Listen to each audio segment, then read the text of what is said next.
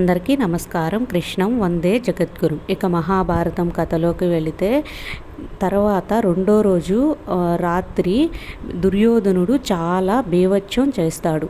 ఎందుకంటే భీష్మ పితామహ నువ్వు చంపే అవకాశం వచ్చినా కూడా యుధిష్ఠిరుడిని నువ్వు చంపలేదు, నువ్వు వంచన చేశావు, కాబట్టి నిన్ను యుద్ధం నుంచి నువ్వు వెళ్ళిపో, నీ స్థానంలో నేను కర్ణుడిని నియమిస్తాను అని చెప్పేసి అంటాడనమాట. దీనికి భీష్ముడు చాలా కోపంతో ఆవేశంతో తర్వాత రోజు నుంచి యుద్ధంలో చాలా బేవచ్చాన్ని సృష్టిస్తాడు. దీంతో పాండవులు చాలా భయపడిపోతారనమాట. అంటే చాలా బేవచ్చం, అంటే భీష్ముడు దాటికి తట్టుకోలేరు కదా, ఆయనకి బాగా చేయగలిగే సామర్థ్యం అంతా ఉంటుంది కాబట్టి. దీంతో అర్జునుడు కూడా ఎదుర్కోవడానికైతే ట్రై చేస్తాడు.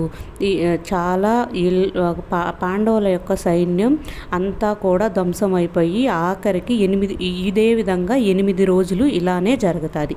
ఈ 8 రోజుల యుద్ధంలో దాదాపుగా పాండవుల సైన్యం మొత్తం నశిస్తుంది. ఆఖరికి 2 అక్షోకుల సైన్యం మాత్రమే మిగులుతుందన్నమాట.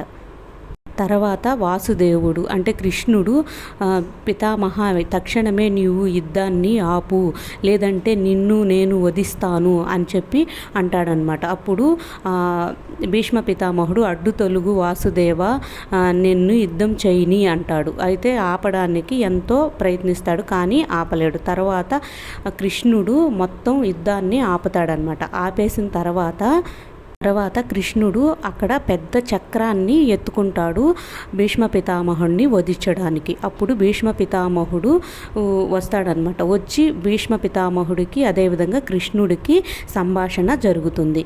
అప్పుడు అర్జునుడు ఆపుతాడు కృష్ణుణ్ణి.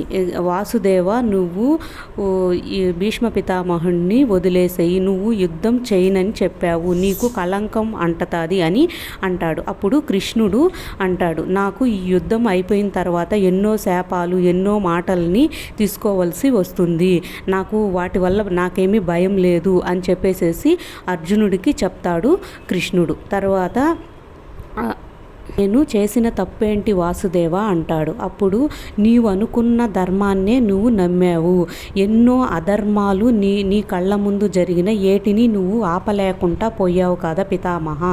లోక కళ్యాణం కోసం చేయలేదు, నీ స్వకళ్యాణం కోసం నీ ధర్మాన్నే నువ్వు నమ్మావు అని చెప్పేసి వాసుదేవుడు ఎంతో జ్ఞానోపదేశాన్ని చేస్తాడు భీష్మ పితామహుడికి. దీంతో భీష్మ పితామహుడు నన్ను క్షమించు వాసుదేవ అని అంటాడు. అదేవిధంగా వాసుదేవుడు కూడా నేనే పరమాత్మని అని కూడా ఆయనకి తెలియజేస్తాడనమాట. దీంతో నాకు ఇప్పుడు సిద్ధమే చనిపోవడానికి అని చెప్పి కూడా అంటాడు.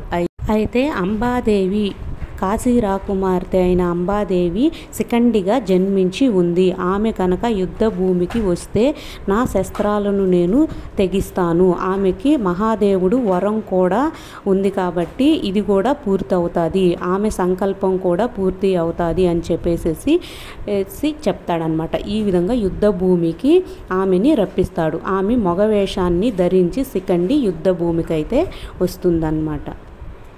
అంతే అన్నమాట ఈరోజు స్టోరీ. తర్వాత భాగంలో మళ్ళీ కలుసుకుందాం.